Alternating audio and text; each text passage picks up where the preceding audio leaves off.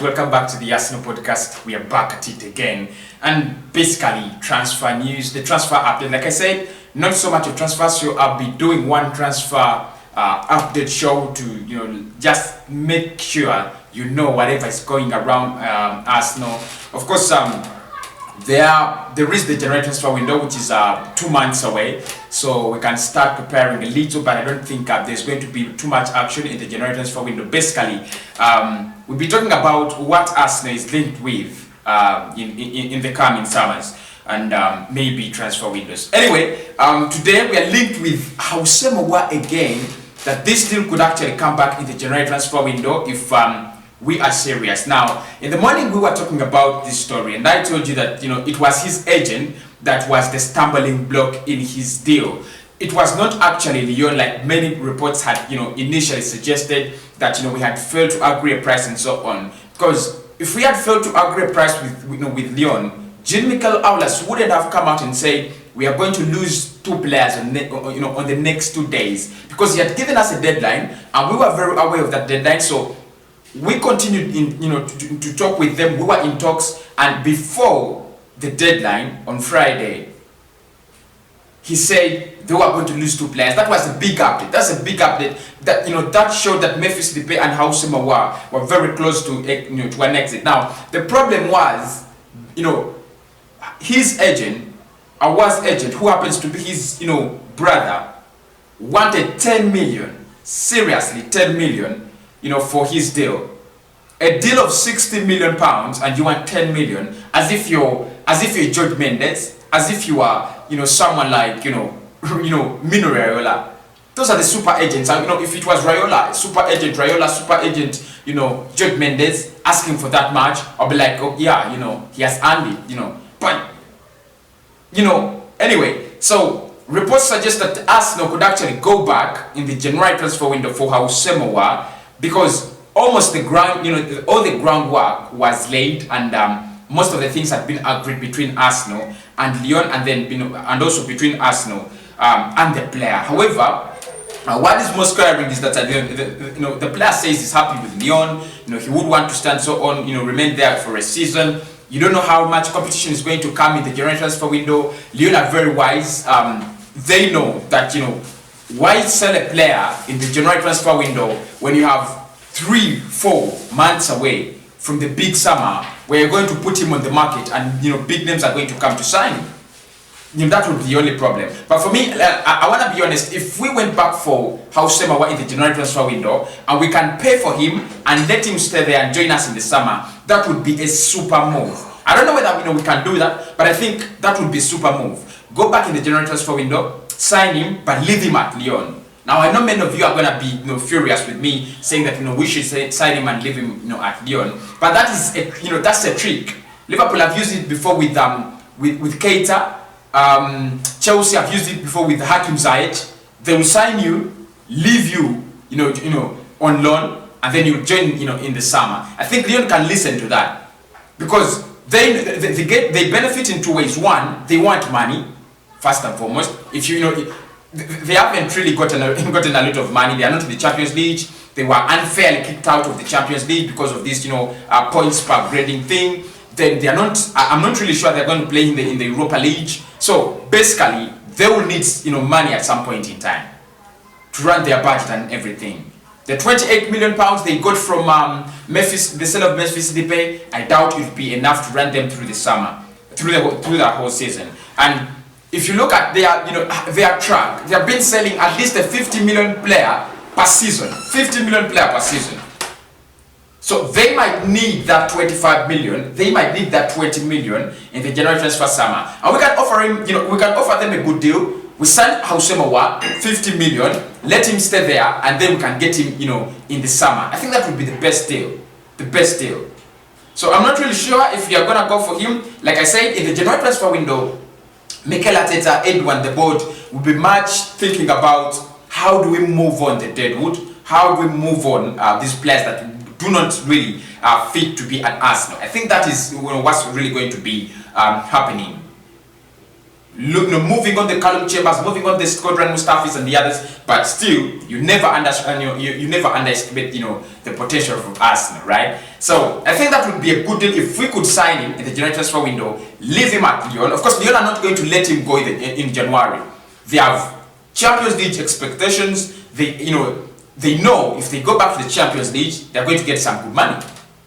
So it will, it will depend on so many factors. Maybe if by the January transfer window, if Lyon have lost hope that they cannot track, top 4, probably.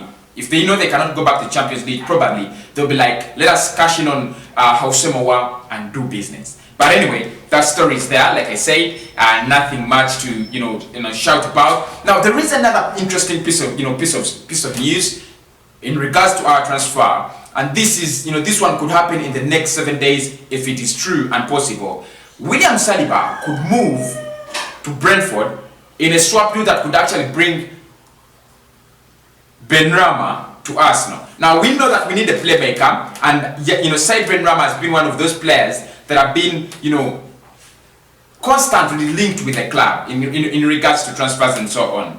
Reports suggest that Arsenal would want to loan the man himself, William Saliba, to Brentford, bring in Said Benrahma. Of course, Saliba will be going on loan, so I don't think he's going to be going there on a permanent deal. And then we get Said Benrahma. I'm one person who's always against William Saliba leaving the club, because I know when it comes to defensive options, he's number 3 or number 2, better than all the crap that is in that team, and you guys agree with that. But if we are going to get a creative midfielder who is a priority right now, and we have to sacrifice Saliba for 1 season, I would agree. Get 20 million, get Benrahma, give them William Saliba. Of course, we will be benefiting as well. It's going to get playing time and so on. And then finally, at the end of the season, bring back William Saliba and don't send him out on loan again. So that story is there. But I was trying to look at these 2 players, Emiliano Buendia, Norwich, and then Said Benrahma. I think I'll do a show about them. Who should we sign? Because they have interesting statistics. Both of them have strength and weaknesses. But what is interesting is that Said Benrahma's weakness is Buendia's strength, and what is Buendia's strength is the weakness of Said Benrahma. Last season, Buendia scored 1 goal. Said Benrahma scored 17 goals. Both of them recorded 8 assists. Said Benrahma created 91 chances, and Buendia created 83 chances. You guys were telling me that Buendia should join us, because he created 83 chances last season, but well, Benrahma created 91 chances. Do you still? Anyway, I think we shall do a debate about that, and then we shall see who you guys choose. There is a war going on at Arsenal, a transfer war to push out Mesut Ozil. The player wants 13 million if his contract is going to be cancelled. Arsenal are only willing to give him even less than 10 million. Now there is a big war, a big war. Arsenal want to cancel his contract. He's getting 350k a week. The player is like, if you want to cancel my contract, well and good, you gotta give me 13 million quits, in compensation for my contract.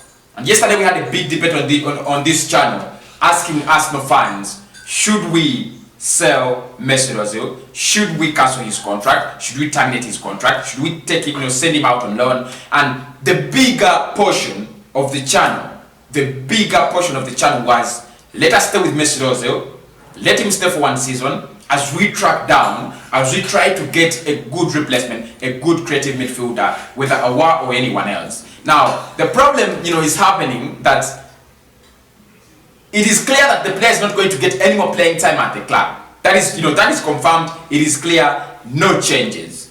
Absolutely no changes. He's not going to get any more playing time at the club. Mikel Arteta seems very convinced that he's not going to use him. Dropped out of the Europa League squad, even in the Carabao Cup, where you would think he would just, he would appear with the second team. He did not appear. I think the best decision for Mesut Ozil as a player, caring for his career, would be, why don't I leave this club, go to somewhere where I can get this exact same amount of money and get, play some football for the next 3 years, 2, and then quit football. But for him, he stays at the club, and every day there is a crisis that rolls around Mesut Ozil. Now, he offered to pay Ghana Sauras so that he could stay, he could come back at Arsenal as long as he's an Arsenal player. And I don't know, it had mixed reactions. I was on the channel, and many people told me, Ozil trying to pay for Ghana Sauras is trying to brag and so on. Many other fans think, because there is still that part of Arsenal fans that loves Mesut Ozil, that accepts him as a world-class player, that see Mesut Ozil as one player who's needed. That creativity that we need is in Mesut Ozil. But Mikel Arteta doesn't agree to that. So that story is also there. We are trying to push out Mesut Ozil, cancel his contract, terminate his contract. There were talks, and they failed. So probably, they will be talking again to see whether he's going to be leaving the club or staying. And then Football.London also said that Mikel Arteta would want to add in 2 more players in the January transfer window, which I disagree with, because of course it's a good spot. It's a good spot. If you look at Arsenal, we really need 2 more quality players in the January transfer window. One, to increase our squad depth, because if right now you look at that bench and you're like, who do I bring on? Who do I bring on? And that's why I disagree with Mikel Arteta. Why don't we start with Pepe on the pitch and bring on Willian? I think Willian, because he's 33, these 90 minutes are going to be so heavy on him. Why don't we bring on Willian in the 70s? He has that Brazilian skill and eye for creating chances and everything. He might be a good player to come off the bench. And then, but if you look at Willian or Pepe, and then if you look at the other players on our bench, who do you think can change a game? No one, absolutely no one. So probably 2 more signings would do. One, I would go for a striker. If I was to sign 2 players, I would go for a striker, right? Because I think Aubameyang, Lacazette, and Nketiah, both of them, those 3 need someone to put them on pressure. If you can get a good striker, as good as Otto Edouard or Moussa Dembele or someone like Erling Haaland, that quality. I'm not really saying we can afford Erling Haaland, because it should have been a good buy, when we were still at Red Bull Salzburg. We should have got him then. But if we can get someone like Patson Daka, that quality of striker, 20 goals, you are sure that even if Aubameyang is out, you have a striker that can still score 17 to 20 goals. The other player, of course, I'll bring in would be a creative midfielder.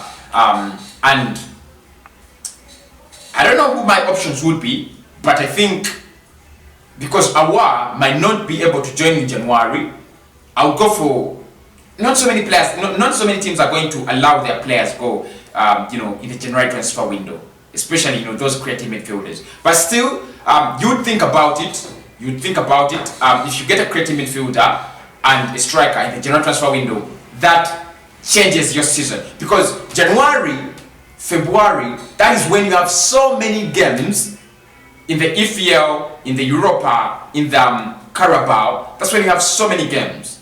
Now, if you want to catch up with them, with that pace, you need to have a big squad, and that's why clubs like Manchester City, Liverpool are able to compete in all competitions. They have a big squad. And our problem is we are trying to tailor a very good starting 11, because we are tailoring it. If we can get a good right back and do away with with all this Bellerin Cedric thing, you get someone like, if we could get someone like Pereira, the right back at Leicester City. You have Kian Tierney there, you have Gabriel and Saliba, and then you have Leno, that's decent already. You have Partey. I don't want to say you have Partey and Xhaka, but okay, you have Partey, you have Xhaka. If you can get a creative midfielder in front of them, you have Willian, you have Pepe, and put Aubameyang in front of them, and then you have someone like Patson Daka waiting onto the bench, and you also have players like Dani Ceballos waiting on the bench. That means you have you're burdening your squad. That means even if you have big games back to back, For example, if you're playing Manchester City on Saturday, and on Wednesday you have to play in the Europa, Wednesday you have to play in the, for example, in the EFL Carabao Cup, and then you have to play again on Saturday. That means you can you can use Partey on Saturday. You bring in Mohamed El Neni and Dani Ceballos on Wednesday, and then bring Partey and Xhaka on Saturday. So that is, that's the advantage of a big squad.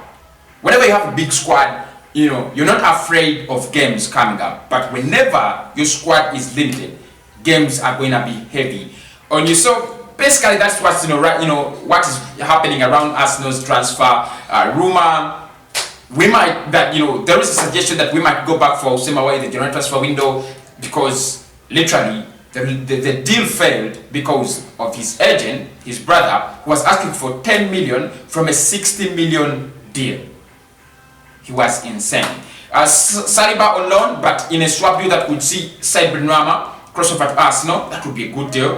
Mesut Ozil's war at Arsenal still continues. Is his contract gonna be terminated? Will he stay? I'm still watching, and I'll be bringing you the highlights of the war. And of course, Football.London suggested Arsenal might go for 2 more signings. Why don't I sign out? I'll be coming back with that big video. Should it be Benrahma? Should it be Emi Buendia?